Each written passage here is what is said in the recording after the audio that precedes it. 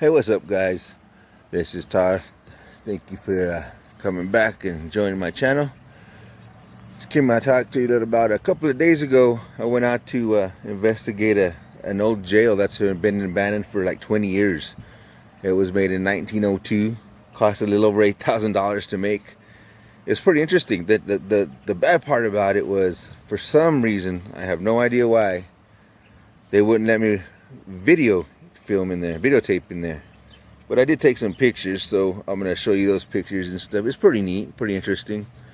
It wasn't nothing too spooky or nothing like that, but it was pretty interesting.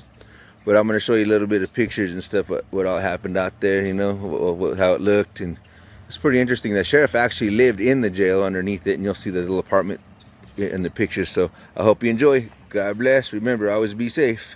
Laters. Just about to go in here. I'm excited. It's an old jail that's been abandoned for 20 years. It's gonna be fun.